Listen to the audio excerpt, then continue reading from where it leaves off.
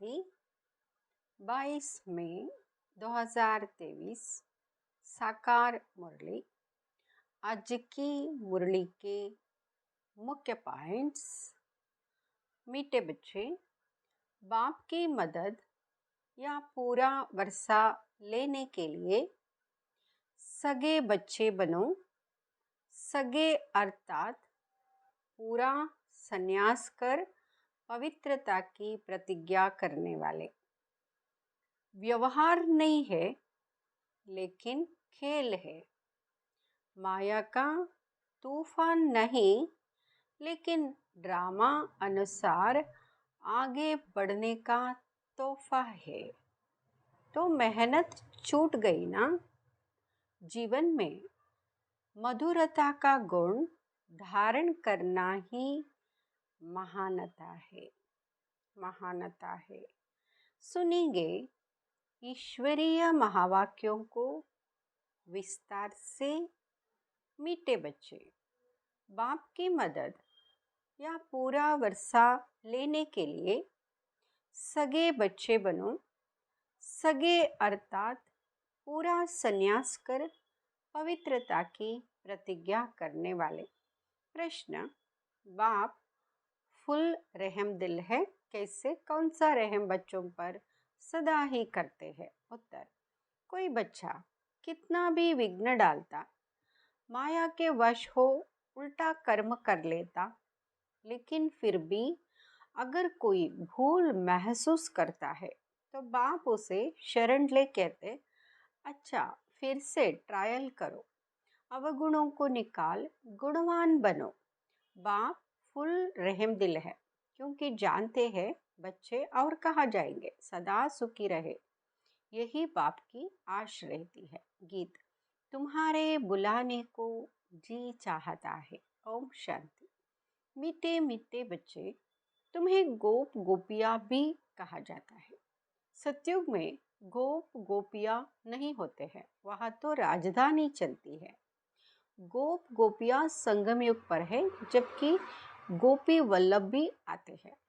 वल्लभ बाप को कहा जाता है। बच्चे याद करते हैं कि बाबा फिर से आओ। सभी सेंटर्स के बच्चे होंगे, सबको पता है कि बाबा इस समय मुरली बजाता होगा।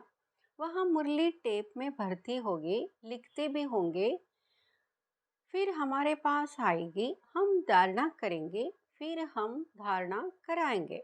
यह सब समझते होंगे कि मधुबन में तो गोप गोपियाँ गोपी वल्लभ से सम्मुख सुनते होंगे। वही मुरली फिर हम 4-5 दिन के बाद सुनेंगे। ऐसे ख्यालत चलते होंगे ना। कहते हैं, बाबा आप आओ तो हम सदैव मुस्कुराने लगे। जैसे देवताएं सदैव हर्षित रहते हैं, वहाँ यथा राजा रानी तथा प्रजा सब हर्षित रहते हैं। दुख का नाम निशान नहीं रहता। यहाँ तो है ही प्रजा का राज्य। तो बच्चे जानते हैं बाबा आकर हमको पढ़ाते हैं। यह गरीब ही अच्छी रीति पढ़ते हैं। जैसे वे गरीब भी कोई एमएलए कोई एमपी बन जाते हैं ना, यहाँ गरीब ही पढ़ सकते हैं, वारिस भी गरीब ही बनते हैं। साहूकारों को लफड़ा बहुत रहता है। एक तो धन का नशा, दूसरा फिर फुर्सत नहीं मिलते, बलि भी नहीं चढ़ सकते। यहाँ बलि चढ़ना पड़ता है, तन मन धन सहित।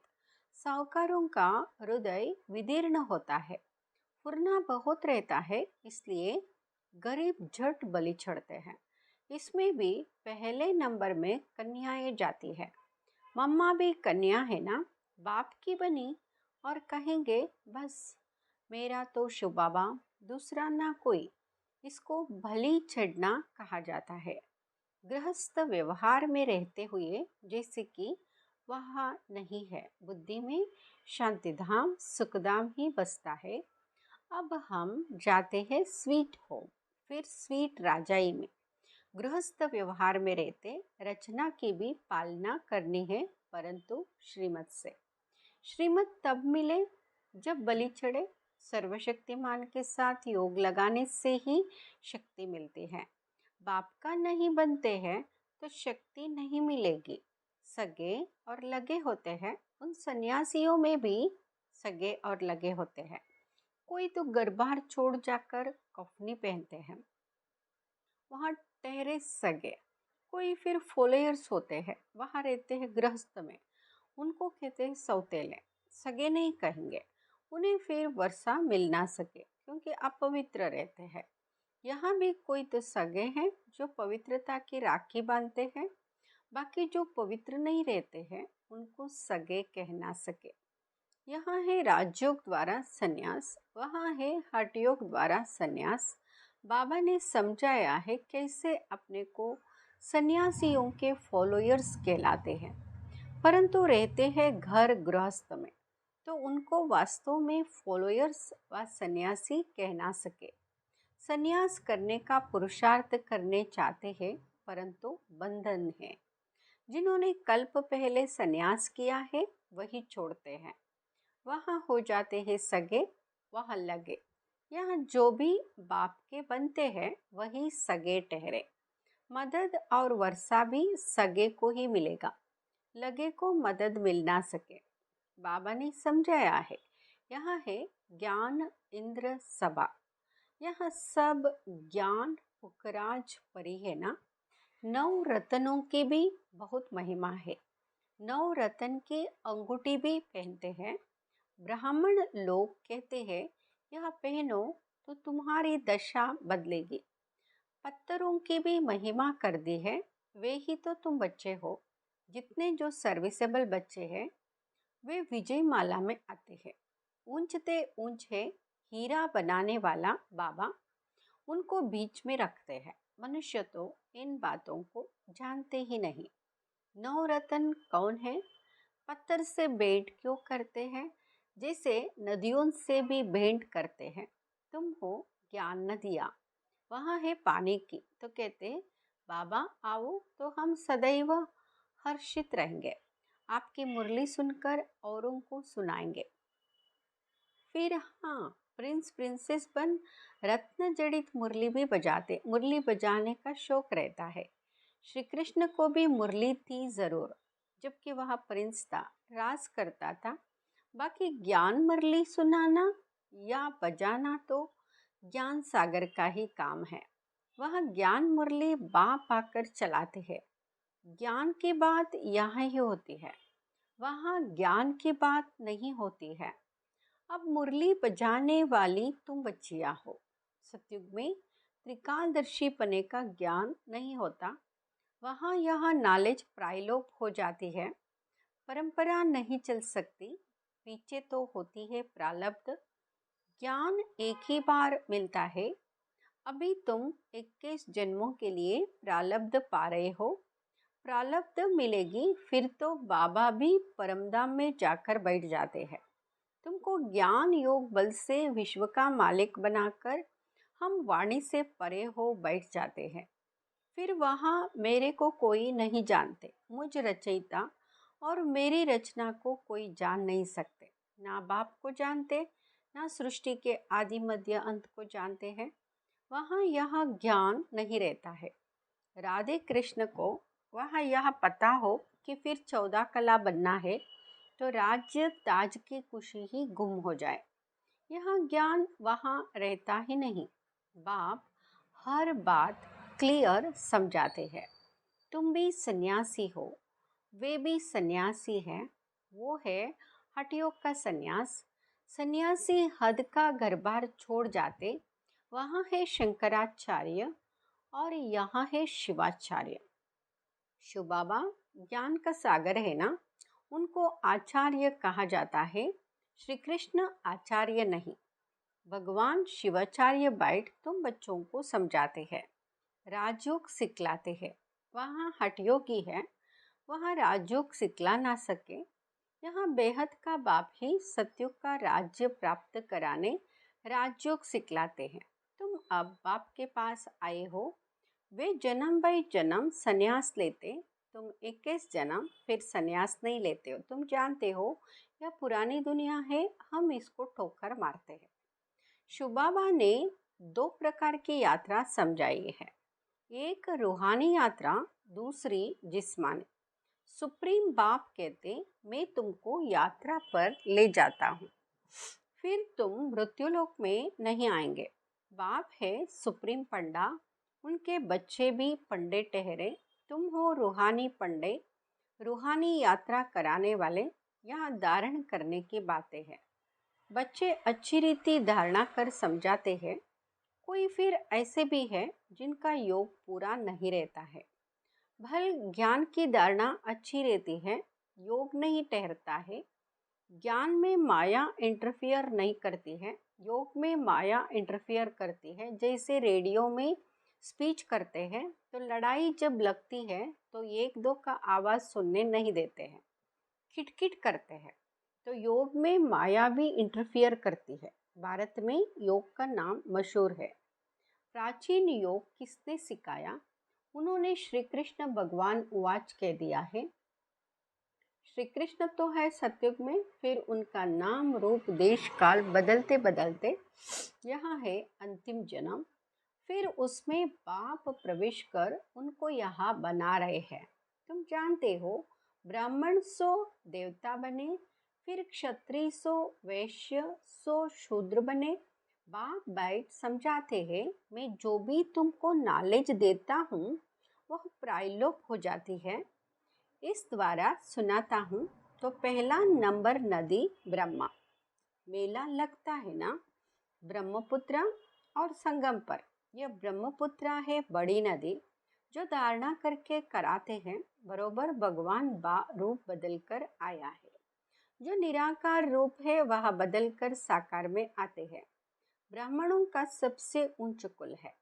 बाप ब्रह्मा मुख कमल द्वारा ब्राह्मणों को ज्ञान दे देवी देवता धर्म और क्षत्रिय धर्म की स्थापना करते हैं।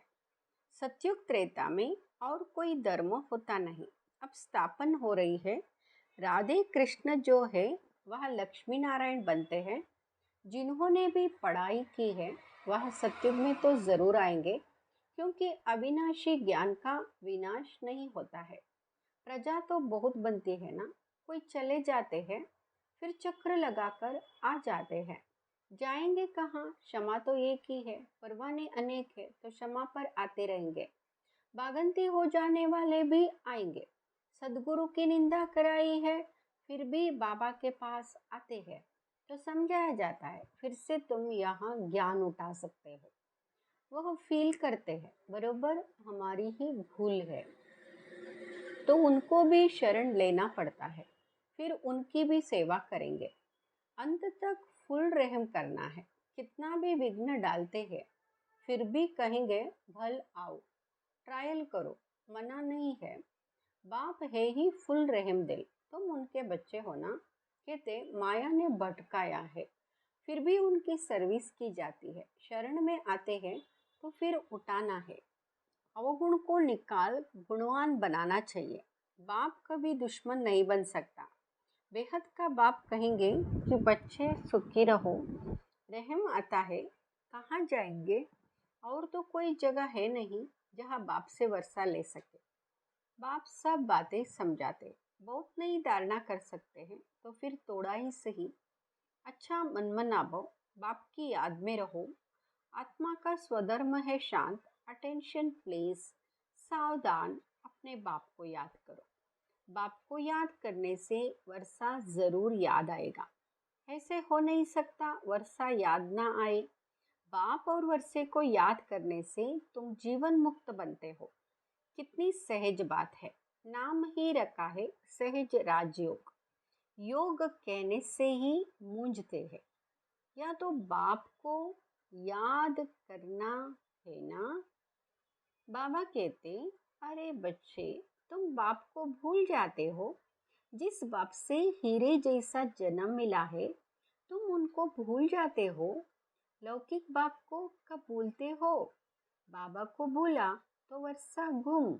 अपने को आत्मा निश्चय कर बाप को याद करना है। आत्म अभिमानी बदले देह अभिमानी बनने से धोखा खाते हैं। सन्यासियों का है निवृत्ति मार्ग। भारत पतित बनना शुरू हो जाता है तो यहाँ आकर मरम्मत करते हैं। अपवित्र बनने से तामते हैं। उनमें प्योरिटी की ताकत रहती है। प्योरिटी है तो पीस प्रॉस्पेरिटी भी है। कन्या भी पवित्र है, तब तो उनको माथा टेकते हैं। देवताएं पवित्र है तो सब उनको माथा टेकते हैं। सतयुग में माथा टेकने की बात नहीं है, क्योंकि सब पवित्र रहते हैं। अपने दर्पण में देखना चाहिए कि हमारे में कोई भूत तो नहीं है। लायक बने हैं लक्ष्मी नारायण को वरने के। अपने को लायक बनाना है। तुम बच्चे जानते हो, ऊंचते ऊंच है शिव बाबा। ब्रह्मा विष्णु शंकर और लक्ष्मी नारायण आदि सबसे शिव बाबा ऊंच है। एक शिव बाबा ही हीरे जैसा है, बाकी इस समय सब तमो प्रदान कौड़ी जैसे हैं। महिमा सारी एक ही बाप की है। सारी सृष्टि को स्वर्ग बनाना यह बाप का ही काम है। अच्छा, मीठे मीठे सिकिलदे बच्चों प्रति माता पिता बाप दादा का याद प्यार और गुड मॉर्निंग। रूहानी बाप की रूहानी बच्चों को नमस्ते। हम रूहानी बच्चों की रूहानी माता पिता बाप दादा को याद प्यार गुड मॉर्निंग, नमस्ते, शुक्रिया बाबा। धारणा के लिए मुख्य सार। बाप पर पूरा बलि चढ़ बाप का सगा बच्चा बन बाप से पूरा वर्षा लेना है। पूरा पवित्र बनना है। अपने को दर्पण में देख भूतों को निकाल गुणवान बनना है। बाप की मुरली सुन धारण कर औरों को करानी है। वरदान।